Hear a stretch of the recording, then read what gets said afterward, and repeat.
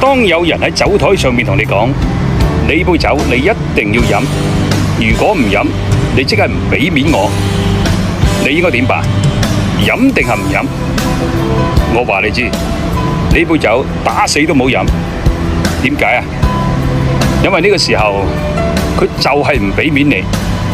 你諗下，佢會唔會跟佢個領導、跟佢個客戶，以及俾佢身份地位尊貴嘅人講呢句話？絕對唔會啦。佢咁對你係因為佢當你小丑，因為你飲咗呢杯酒之後，跟住佢會一杯、兩杯、三杯咁樣欺負你。你以為佢當你係兄弟，其實就當你契弟，等你出醜啫嘛。